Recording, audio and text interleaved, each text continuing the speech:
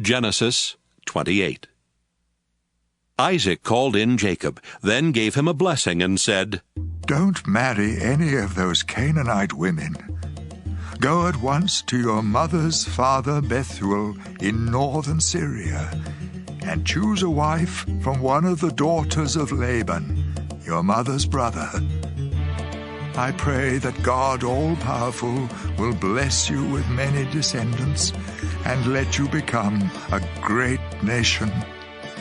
May he bless you with the land he gave Abraham, so that you will take over this land where we now live as foreigners."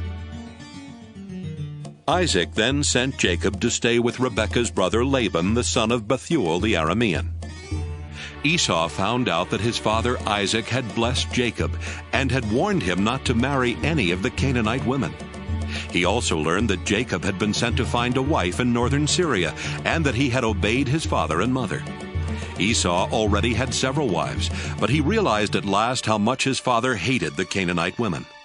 So he married Ishmael's daughter Mahalath, who was the sister of Nebaioth and the granddaughter of Abraham. Jacob left the town of Beersheba and started out for Haran. At sunset he stopped for the night and went to sleep, resting his head on a large rock. In a dream he saw a ladder that reached from earth to heaven, and God's angels were going up and down on it. The Lord was standing beside the ladder and said, "I am the Lord God who was worshipped by Abraham and Isaac.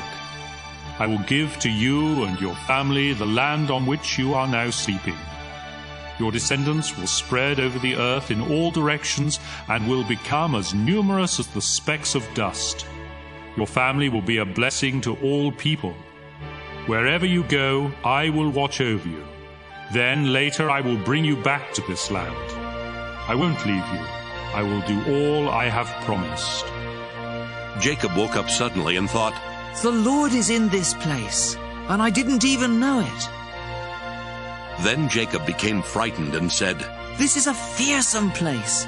It must be the house of God and the ladder to heaven." When Jacob got up early the next morning, he took the rock that he had used for a pillow and stood it up for a place of worship.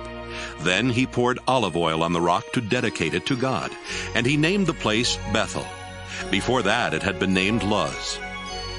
Jacob solemnly promised God, "If you go with me and watch over me as I travel, and if you give me food and clothes and bring me safely home again, you will be my God. This rock will be your house, and I will give back to you 1/10 of everything you give me."